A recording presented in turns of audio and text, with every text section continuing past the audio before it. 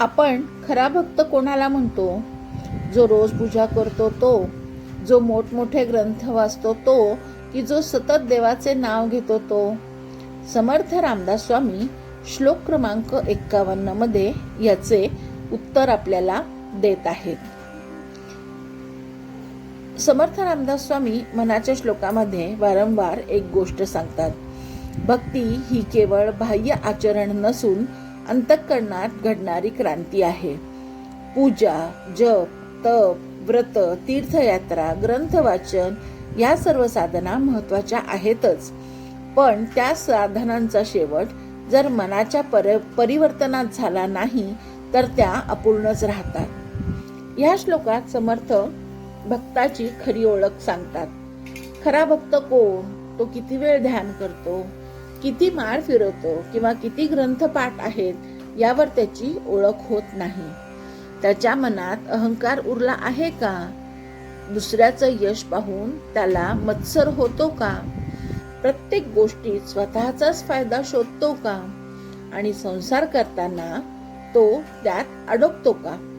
ह्या प्रश्नांची उत्तरं त्याच्या भक्तीचं मोजमाप ठरवतात. म्हणूनच ह्या श्लोकात समर्थ भक्ताच्या अंतःकरणातील 4 परिवर्तनाची ओळख करून देतात. श्लोक क्रमांक 51.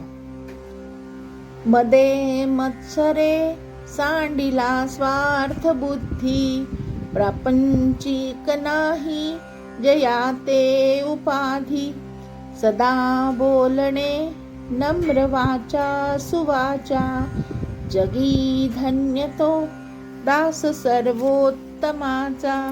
जय जय रघुवीर समर्थ. मदे मत्सरे सांडिली स्वार्थ बुद्धी, प्रपंची नसावे जयाते उपाधी. रामदास स्वामी मनाच्या श्लोकांमध्ये वारंवार हेच सांगताहेत की भक्ताचं अंतःकरण कसं आहे. बाह्य गोष्टीवरून त्या भक्ताची ओळख होणे शक्य नाही. यासाठी समर्थ त्याच्या मनामध्ये खरा किती बदल झाला आहे, हे अंतःकरणामध्ये किती फरक पडला आहे, हे या श्लोकाच्या आधारे आपल्याला समजून सांगतायत. मदे मत्सरे सांडिली स्वार्थ बुद्धी या ओळीतील सर्वात महत्वाचा शब्द आहे सांडिली. समर्थांनी येथे त्यागिली, सोडिली किंवा दूर केली असे शब्द वापरले नाही. त्यांनी सांडिली हा शब्द वापरला आहे.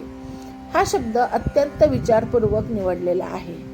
सांडणे म्हणजेच एखादी गोष्ट जबरदस्तीने फेकून देणे नव्हे, तर दुसरी एखादी श्रेष्ठ गोष्ट प्राप्त झाल्यावर पहिली गोष्ट आपोआप गळून पडणे. हेच खऱ्या साधनेचे रहस्य आहे. आपण अनेकदा विचार करतो, माझा अहंकार कसा जाईल, मत्सर कसा कमी होईल, स्वार्थ कसा नष्ट होईल. समर्थ म्हणतात, दोघांशी थेट लढू नका, भगवंताशी नातं दृढ करा. कारण जेव्हा अंतःकरणात ईश्वर प्रेम भरू लागतं तेव्हा हे दोष आपोआप निघून जातात. सूर्य उगवल्यावर अंधाराला बाहेर हकलावं लागत नाही. प्रकाश आल्यावर अंधार स्वतःहून नाहीसा होतो. त्याचप्रमाणे आत्मज्ञानाचा प्रकाश जागा झाला की अहंकार, मत्सर आणि स्वार्थ टिकत नाही. दासबोधात समर्थ म्हणतात की मनशुद्ध झाल्याशिवाय भगवंताचा अनुभव येत नाही. आणि मनशुद्ध करण्याचा मार्ग म्हणजे दोघांशी युद्ध नव्हे, तर विवेक, नामस्मरण आणि सत्संगाने अंतःकरण भरून टाकणे हे होय. मद म्हणजे काय? मद म्हटलं की अनेकांना वाटतं ज्याच्याकडे पैसा आहे त्याला गर्व असतो व त्यालाच मद असे म्हणतात. पण समर्थांचा मद हा शब्द खूप व्यापक आहे. धनाचा मद असतो, ज्ञानाचा मद असतो, रूपाचा मद असतो, पदाचा मद असतो, कर्तृत्वाचा मद असतो आणि सर्वात सूक्ष्म म्हणजे भक्तीचाही मद असतो. मी इतरांपेक्षा जास्त जाणतो, मी जास्त साधना करतो, माझ्यासारखा दुसरा कोणी नाही, हा सर्व मदच आहे. मदाची सर्वात मोठी अडचण म्हणजे तो माणसाला स्वतःचे दोष दिसू देत नाही. अहंकारी माणूस प्रत्येक चूक दुसऱ्याची मानतो, पण संत मात्र प्रत्येक प्रसंगात स्वतःला तपासतात. म्हणूनच भगवद्गीतेच्या 13व्या अध्यायात भगवान श्रीकृष्ण ज्ञानाची सुरुवातच अमानित्वम अदंभित्वम या गुणांनी करतात. याचा अर्थ अत्यंत सुंदर आहे. ज्ञानाची पहिली पायरी विद्वत्ता नाही तर नम्रता आहे. कारण अहंकाराने भरलेल्या पात्रात कृपा कशी उतरणार? भरलेल्या भांड्यात नवीन पाणी भरता येत नाही. आधी ते रिकामं करावं लागतं. त्याचप्रमाणे मीपणाने भरलेले मन परमेश्वर स्वीकारू शकत नाही. संत ज्ञानेश्वर माऊली म्हणते, जसं झाड फळांनी भरलं की झुकतं, तसं ज्ञान वाढलं की नम्रता वाढली पाहिजे. जर ज्ञान वाढलं आणि नम्रता वाढली नाही तर ते ज्ञान नसून माहितीचा गर्व आहे हे समजावं. आजच्या काळात हे अधिक स्पष्ट दिसतं. थोडंसं यश मिळालं, थोडं अनुयायी वाढले, थोडी प्रसिद्धी मिळाली की माणूस बदलतो. पण ज्या साधनेमुळे अहंकार वाढतो ती साधना नाही, आणि ज्या ज्ञानामुळे नम्रता वाढते तेच खरे ज्ञान आहे. मत्सर. समर्थांनी मनानंतर लगेचच मत्सर शब्द सांगितला आहे. कारण अहंकारातूनच मत्सर जन्म घेतो. मत्सर म्हणजे दुसऱ्याचं वाईट करणं नव्हे, तर दुसऱ्याचं चांगलं झालं की आपल्या मनात निर्माण होणारी अस्वस्थता म्हणजे मत्सर होय. आजच्या काळात हा दोष अधिक सूक्ष्म झाला आहे. पूर्वी तुलना शेजारच्यांशी व्हायची. आज मोबाईल उघडला की संपूर्ण जगाशी तुलना सुरू होते. दुसऱ्याचं यश, दुसऱ्याचा प्रवास, दुसऱ्याचं घर, दुसऱ्याची संपत्ती हे पाहून नकळत मन अस्वस्थ होतं. समस्या दुसऱ्यांच्या यशाचा नसतात, तर समस्या असतात आपल्या मत्सराच्या. आपल्याला वाटत असणाऱ्या त्यांच्या यशाबद्दल आपण आनंदी नसतो. म्हणूनच श्रीमद भागवताची सुरुवात निर्मत्सराणाम सताम ह्या शब्दांनी होते. व्यासमुनी सांगतात, ज्याच्या मनात मत्सर आहे तो भागवताचा अधिकारीच होऊ शकत नाही. कारण मत्सर असलेलं मन दुसऱ्याचं सुख स्वीकारू शकत नाही, आणि जो दुसऱ्याच्या सुखात आनंद मानू शकत नाही त्याला भगवंताच्या कृपेचाही आनंद अनुभवता येत नाही. भक्ताचं मन मात्र वेगळं असतं. दुसऱ्याचं यश पाहून तो जळत नाही. तो म्हणतो, भगवंता, जशी कृपा त्याच्यावर केलीस तशीच माझ्यावरही कर, आणि माझ्यात जे दोष आहेत ते दूर करण्यासाठी मला शक्ती दे. अशी प्रार्थना मत्सराला भक्तीत रूपांतरित करते. स्वार्थबुद्धी. समर्थ शेवटी म्हणतात, स्वार्थबुद्धी म्हणजे काय? स्वतःचाच विचार करणं. हे काही चुकीचं नाही, परंतु शरीर, कुटुंब, जबाबदाऱ्या ह्याची काळजी घेणंही आवश्यक आहे. पण प्रत्येक निर्णयामागे जर फक्त माझाच फायदा हा विचार असेल तर ती स्वार्थबुद्धी होय. भक्तीचा प्रवास मी पासून आपण पर्यंतचा प्रवास असतो. म्हणूनच संतांच्या जीवनात सेवा ही वेगळी गोष्ट नसते, ती त्यांच्या स्वभावाचाच एक भाग असते. दासबोधात समर्थ वारंवार सांगतात की परोपकार, दया, सेवाभाव हे भक्तीचे नैसर्गिक परिणाम आहेत. जिथे स्वार्थ संपतो तिथेच प्रेम सुरू होतं, आणि जिथे प्रेम सुरू होतं तिथेच भगवंताचा अनुभव जवळ येतो.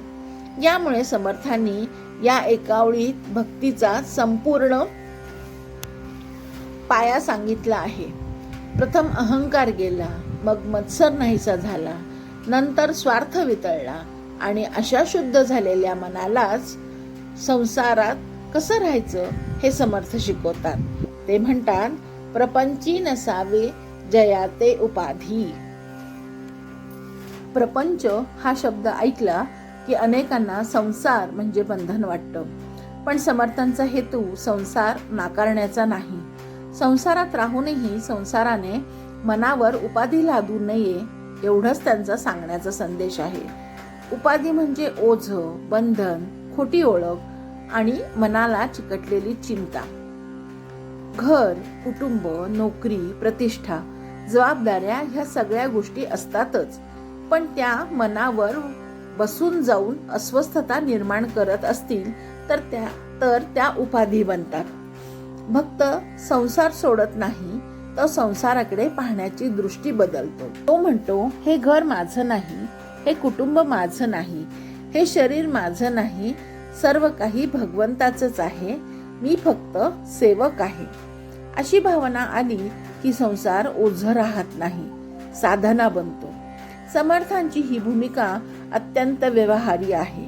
ते संन्यासाचा आग्रह धरत नाही, ते गृहस्थाला दोषही देत नाही. उलट गृहस्थाश्रमात राहूनही मन निर्मळ कसं ठेवावं हे शिकवतात. कमळ पाण्यामध्येच जन्मतं, पाण्यातच वाढतं, पण ते पाण्याने भिजत नाही. तसंच भक्त संसारात राहतो, व्यवहार करतो, कर्तव्य पार पाडतो, पण मनाने त्या कुठल्याही कर्तव्यात अडकत नाही किंवा ते कर्तव्य पार पाडत असताना कुठल्याही फलाची अपेक्षा तो धरत नाही. म्हणजेच अतिशय निर्लेप मनाने तो सर्व कार्य करत असतो. आजच्या काळात उपाधी अनेक रूपांनी येते. कामाचा ताण, स्पर्धेचा दबाव, लोक काय म्हणतील याची भीती, सोशल मीडियावरची तुलना आणि सतत काहीतरी मिळवण्याची धावपळ, ह्या सगळ्यामुळे मन थकतं. पण भक्ताला आतून एकच आधार असतो, तो आधार म्हणजे भगवंताचा विश्वास. म्हणून समर्थ सांगतात, प्रपंच असावा पण उपाधी नसावी, व्यवहार असावा पण बंधन नसावं, जबाबदारी असावी पण चिंता नसावी. ह्या श्लोकांच्या पहिल्या ओळीत समर्थांनी अंतःकरण शुद्धीकरणाचा मार्ग सांगितला. मद, मत्सर, स्वार्थबुद्धी याचा त्याग. दुसऱ्या ओळीत त्यांनी त्या शुद्ध मनाचं बाह्य लक्षण सांगितलं. अशा मनाला संसारात राहूनही संसाराची उपाधी लागत नाही. म्हणजेच खरी भक्ती ही पलायनवादी नसते, तर ती जीवनापासून पळ काढत नाही, तर जीवनाला पवित्र करते. भक्त बाहेरून सामान्य माणसासारखा दिसतो, पण आतून तो मुक्त असतो. तो काम करतो पण आसक्त होत नाही, तो प्रेम करतो पण अपेक्षा ठेवत नाही, तो जबाबदारी घेतो पण त्यात अडकत नाही, तो संसारात राहतो पण संसार त्याच्या मनात राहत नाही. हीच समर्थांची भक्ती आहे. या श्लोकातून आपल्याला काही सोप्या गोष्टी शिकता येतात. 1. स्वतःकडे प्रामाणिकपणे पाहावं. माझ्यात अहंकार आहे का? मी दुसऱ्याच्या यशाने अस्वस्थ होतो का? मी प्रत्येक गोष्टीत स्वतःचा फायदा शोधतो का? मी नम्रतेने वागतो का? ज्ञान, यश किंवा साधना यामुळे गर्व वाढू नये, उलट नम्रता वाढली पाहिजे. दुसऱ्याच्या आनंदात आनंद मानणं, मत्सर कमी करण्याचा हा सर्वात सुंदर मार्ग आहे. कर्तव्य करताना मन भगवंताशी जोडणं, त्यामुळे प्रपंचात उपाधी न लागता आपण प्रपंच करू शकतो, असं समर्थांना येथे सांगायचं आहे. समर्थ रामदास स्वामींचा हा श्लोक आपल्याला सांगतो की भक्ती म्हणजे केवळ देवळात जाणं नाही, तर मनातून अहंकार, मत्सर, मद, स्वार्थ हे सगळं काढून टाकणे आणि संसारात राहूनही निर्लेप राहणे, म्हणजेच सर्व कार्य करणे पण कशातही न अडकणे. जय जय रघुवीर समर्थ. ह्या श्लोकाचा अर्थ मला जसा जमला तसा मी सांगण्याचा प्रयत्न केला आहे. यात जर काही त्रुटी असतील तर क्षमस्व. ह्या श्लोकाप्रमाणे तुम्हाला इतरही श्लोकांचे अर्थ जर जाणून घ्यायचे असतील तर कृपया माझ्या चॅनलला सबस्क्राईब करा. धन्यवाद.